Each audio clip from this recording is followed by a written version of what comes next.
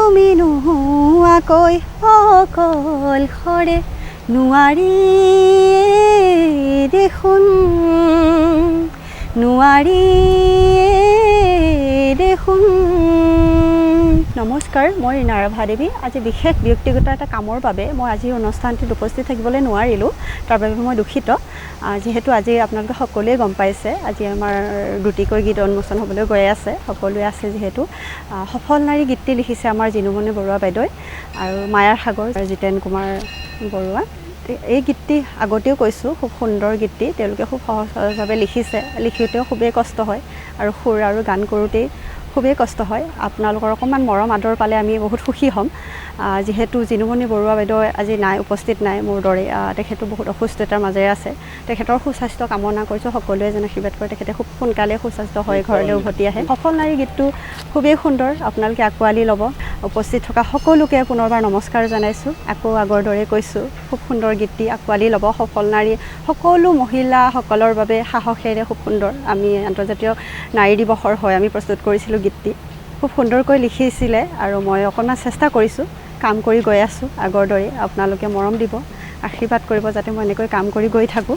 নমস্কাৰ, মই ৰীণা ৰাভা দেৱী। আন্তৰ্জাতিক নাৰী দিৱসৰ শুভকামনা জনাই জিনুমণি বৰুৱাৰ ৰচনা আৰু মোৰ সুৰকণ্ঠেৰে প্ৰিয় সংগীত প্ৰেমীৰ বাবে লৈ আহিছোঁ এটি নতুন অসমীয়া গীত, সফল নাৰী। আহকচোন গীতটি সকলোৱে একেলগে উপভোগ কৰোঁ।